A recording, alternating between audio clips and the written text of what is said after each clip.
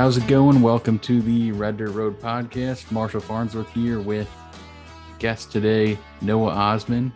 He is our first kind of true fan that we've had on here. Commented on one of the YouTube videos, and we were able to get him on here. So I'm really excited. So how's it going? Going pretty good. Like I said, earlier, it's been a long day, but I'm glad to be here. Anytime to talk about Brooks and Dunn, I'm glad to. Yeah, it's pretty amazing that we've kind of asked. I've searched out to get people on here, and you're our first person that's really came to us. I did not know at all that had wanted to be on here, so that's pretty awesome. Absolutely. And you also live in Knoxville. I said on one of the other episodes that I visited Knoxville recently and East Tennessee a little bit. And so I'm trying to have another guest on here talk about East Tennessee. But after we talk about the song, I'm going to ask Noah a little bit about Knoxville. He goes to University of Tennessee, right? That's correct. Yep. We kind of drove by the college, but yeah, I'll ask you a little bit about that. I'm very interested in that. Sure. So this song, last song on the album, been kind of reviewing it for a while. Still in Love with You, written by Kix Brooks, Ronnie Dunn, and Don Cook, the main people on this album. There's a about 15-second intro, real slow for the intro and for the first verse. Kix is singing this one as well. He says that basically he's waiting for his taxi and says that he wishes there's a better way he could say goodbye to his girlfriend. And in the chorus, the music kind of gets louder and kind of real interesting. Talks about basically some epic ways that he could say goodbye. One is that he wishes he was a horse, or if he had a horse, he could ride off in the sunset, flying into the air like an eagle, or I guess it just says if he had wings. And then the third is that he wishes that he would just wake up every day with her. And the second verse, he says there's a cab taking him to Baton Rouge, and he hopes that the girl kind of thinks of him and takes him back. And it's got the next chorus and then a little verse here that says that he hopes that she'll remember him when she's lonely. And they got the final chorus there. So I'll throw it over to you. What do you think about this song? Well, Marshall, I got to tell you, over the past 3 years, I must have listened to the entire Brooks and Dunn repertoire. As far as albums go, I must have listened to every song they got.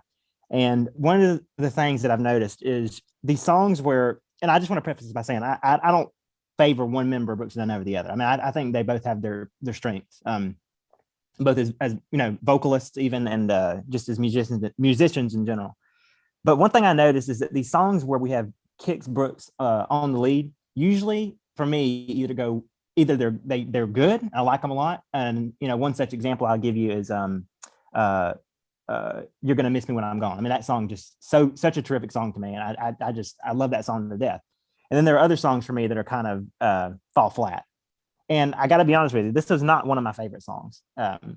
Just in terms of, there are strengths about Kix Brooks as a vocalist, and then there are other times I think he kind of struggles to carry a song by himself. And for me, this is just one such example. Of course, that's my opinion, obviously, because I've said it, but not my favorite song. I got to be honest with you. Content wise, it's I just want to say one more thing, and I'll hand it back over to you. But one thing I've also learned about Kix Brooks is if we're going to get two things from Kix Brooks by himself when he's on lead on a song, it's either going to be a breakup song or he's going to make analogies with like cowboys and horses. And this song has a little bit of both in it. And I don't know. This is just sort of me. It just feels a little too typical. I don't know. Not one of my favorite songs. Yeah, I definitely see what you're saying there. You get a lot of these kind of breakup songs with Kix Brooks, and yeah, it is very, because we listened to the whole self-titled Kix Brooks album, and a lot of these songs are similar to this. New to this town too, by the way. Yeah, yep. I've listened to that. I've listened to that whole album, but not quite as much. But this one, I don't know. I like it. I think it is a little bit better writing than some of the other ones. Say you've got Kix Brooks singing. I like how it goes into, the chorus isn't just saying something about the girl. There's actually relates back to what he was saying, which is that there's got to be a better way of telling you goodbye. And then he's saying, he's kind of like saying different ways.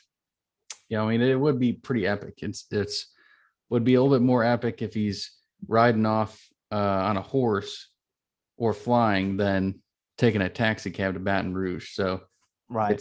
I give him credit for that. Definitely not one of my favorite ones. I think better than the last song, I'm No Good. But I think Yeah. probably the best thing I like about this is that the last two songs in the album kind of go really well together, back to back. Hmm. I think that I'm No Good. He's sort of distanced from his girlfriend or wife, but it also kind of sounds like, it's a little bit maybe his fault as well. A little bit, he's not been the greatest guy. And then this one, and he towards the end of the that last song, he talks about going on a train, leaving. And then this one, he's more remorseful, just wishing that she'd be back. So that's kind of a good transition there. Overall, not a bad song. I don't think there's really a bad song in the album, but yeah, I'm pretty much in step with you with what I think about this. You know, I just want to say as well, I just one thing that strikes me also pretty odd, and I think this was a common criticism actually when Kix released his album "New to This Town," was that a lot of the songs that he seemed to to perform on that album, and just like this song, are about these breakup. I just can't shake these. He's singing these breakup songs, and we're talking about a guy who's been married for over 30 years. And it's just, to me, it's just hard. I mean, if you know anything about who's singing the song, it's just a little bit harder to take it. It makes less of an impact for me, for me at least. And maybe that's just because I just know so much about these guys. But I feel like, and even by this point, I mean, he was married for a while, so it's not like, I don't know when his last experience with heartbreak even was. So, I don't know. But Ronnie, I can take it. I can maybe handle a little bit more, but I don't know, man. Kix is just, he doesn't strike me as the best person to be singing about a breakup. I don't know. That's just me. I had not really thought about that, but that's very true. In fact, I think they've both been married to Oh just yeah, one man. person for a very long time. Yeah, So yeah. hadn't really thought And about so that. these breakup songs, these tear jerkers, and these tear in my beer type, ballads and things like that. It's just a little bit. I can appreciate what they're doing for the artistic sake, but as far as like being genuine about it, I don't take it. It doesn't make it as big of an impact on me. You know what I mean? Um, the love songs more I can relate to, because I can buy that these guys love their partners because they've been married for as long as they have. But these breakup songs, it's a little bit. I don't know. Maybe I haven't felt like we had a real genuine good love song from Brooks Dunn since "You're Gonna Miss Me When I'm Gone." Breakup song. I mean, and that, to me, that song was master. That was just a master stroke. Um, but or Neon Moon, of course, that goes out saying, right? But this one, I don't know, man. It's hard for me to take it seriously. I personally really like some of the ones on this album, other albums that are kind of about heartbreak, but Yeah. aren't really in this tone. Like My Next Broken Heart, very upbeat. It Oh kind of yeah. is contrasting. It's very, very simple song, but it's like it's all about his next broken heart. But the music of it is very upbeat, which is I always like these. If it's kind of like this, like just kind of slow and about the girl leaving, it's I'm not sure how much you can listen to it. Yeah. I mean, if you ask me, I mean, you mentioned My Next Broken Heart. I just want to mention also the song I've Got a Lot to Learn. Two real upbeat, songs musically, but the content to me is super, super relatable. You know what I mean? I mean, I can that those songs, I mean, I really appreciate. But when they start getting, like you said, start getting slowed down like this, and it's just And then, you know, for in general, when you have Kix as lead vocalist, I mean, it's just a gamble sometimes, you know. And so I listen, I have all pretty much all these albums on my phone, and this song, I got to tell you, I don't even think I have it in the album.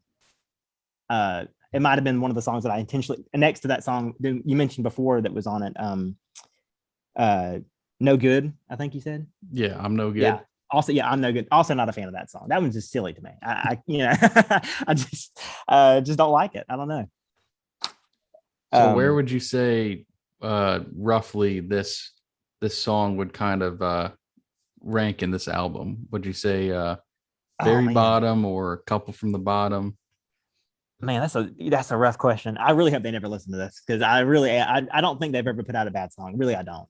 I think every song has its own merits, but it's just this. I got to tell you, I'm No Good is probably my least favorite on that album. So that's probably rock bottom for me. I hate it, and I mean that, you know, as a fan. I just dislike it. But this one probably is, yeah, pretty about next to that one. I don't like it. Yeah, that's fair. I'm overly critical, maybe, but I'm not a huge fan. Yeah. All right, well, that's pretty much it for this song.